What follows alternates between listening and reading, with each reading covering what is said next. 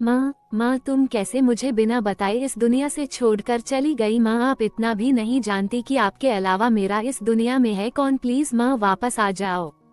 आरोही बिलख कर रोने लगी। साहिबा ने उसे कंधे से पकड़ा और उसे गले लगा लिया। साहिबा ने आरोही को समझाते हुए कहा, आरोही रोने से कुछ नहीं होगा, तुम्हें अपनी जिंदगी में आगे बढ़ना होगा। मामी जी चाहती थी कि तुम खुद के पैरों पर खड़ी हो जाओ।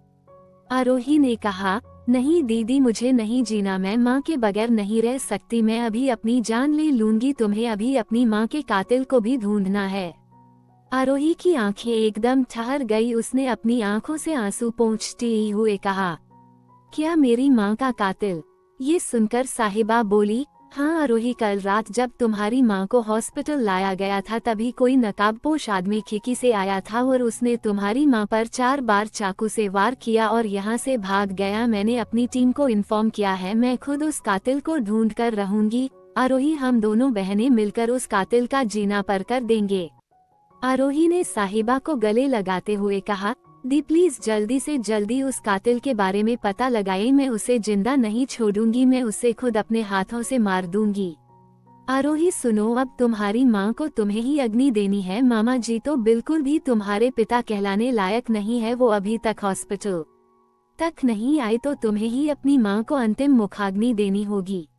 आरोही और ज्यादा रोने लगी। कुछ ही देर में साहिबा और मुस्कान जी लाश को हॉस्पिटल से लेकर शमशान पहुंच गए। आरोही के हाथ कांप रहे थे अपनी मां की बॉडी को अग्नि देते हुए। जब तक सब कुछ जलकर राख नहीं हो गया तब तक आरोही वहीं नीचे जमीन पर बैठकर रोती रही। साहिबा ने उसके आंसू पोंछते हुए कहा, आरोही चलो यहाँ से, कब तक ऐसे बैठोगी? देखो रात हो गई है, अब कुछ नहीं रहा है यहाँ। तभी वहाँ जोरों से बारिश होने लगी। साहिबा ने चिल्लाते हुए कहा, आरोही बहुत हो गया तुम्हारा, अब चलो घर। आरोही रोते हुए बोली, कौन से घर जाऊंगी, मेरा कोई घर नहीं, जब मेरी माँ ही नहीं है मेरे लिए क्या है दुनिया में। साहिबा समझाते समझाते थक चुकी थी। मुस्कान जी ने भी आरोही को काफी समझाया। तभी अंधेरे में एक ककी फ्लैशलाइट चली जिस वजह से वहाँ रोशनी ही रोशनी फैल गई। मुस्कान जी ने उन गाड़ियों को देखा। एक गाड़ी से अद्विजय बाहर उतरा। अद्विजय के बाहर उतरते ही उसके पीछे आया बॉडीगार्ड छाता लेकर अद्विजय के पीछे भागा। अद्विजय आरोही के पास आया। मुस्कान और साहिबा थोड़ी दूर हो गई थी। तभी अद्विजय नीचे झुका। उसने आरोही को अपनी गोद में उठाया और सख्त चेहरे से शांत हो चुके शमशान को देखा और फिर वो मुड़कर वहां से जाने लगा। साहिबा ने गाड़ी पर लगेला लोगों को देखा और हैरान होकर बोली, अद्विजय। मुस्कान जी ने कहा, क्या कहा अभी तुमने साहिबा? अद्विजय, क्या ये अद्विजय है? ये सुनकर साहिबा ने हाँ में सर हिलाया, मगर फिर वो दौड़कर अद्विजय के सामने गई और अपने हाथ आगे करते हुए बोली, अद्विजय आप मेरी बहन को कहाँ ले जा रहे हैं और क्या रिश्ता है आपका इससे? इस पर अद्विजय बोला, शी इज माई गर्लफ्रेंड। ये कहकर अद्विजय आगे बढ़ने लगा। साहिबा हैरान होकर पीछे हो गई। आरोही को अद्विजय ने उस कार की बैक सीट पर लेटाया और वहां एक बेड क्रिएट कर दिया। फिर वो खुद ड्राइविंग सीट पर आया और उसने कार को काफी ज्यादा स्पीड के साथ ड्राइव किया। कार को ड्राइव करते हुए अद्विजय कुछ ही पलों में अपने शानदार महल में आ गया।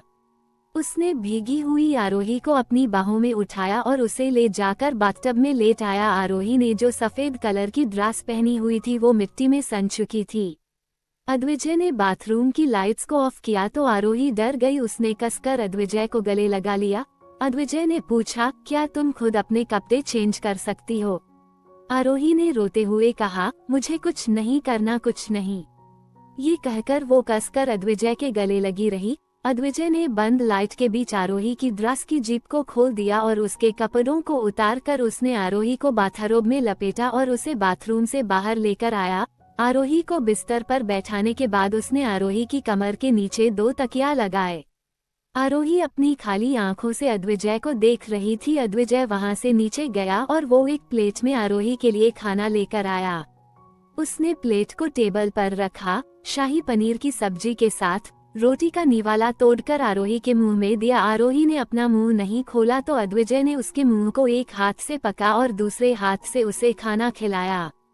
मुंह में निवाला जाते ही आरोही ने उसे नीचे थूक दिया। अद्विजय ने गुस्से से उसे घर कर देखा और उसे फिर से खिलाने का ट्राई किया, मगर फिर से आरोही ने खाने को नीचे थूक दिया। इस पर अद्विजय काफी ज्यादा फ्रस्ट्रेटेड हो गया। नीचे से जाकर वो फिर कुछ स्नैक्स लेकर आया, साथ में कुछ मीठी चॉकलेट भी। उसने अपने मुंह में एक चॉकलेट को रखा और उसे रखने के बाद अद्विजय ने आरोही के चेहरे को पका और एक ही झटके में उसे अपने पास लाते हुए उसने आरोही के मुंह में अपने मुंह में चॉकलेट को धकेल दिया।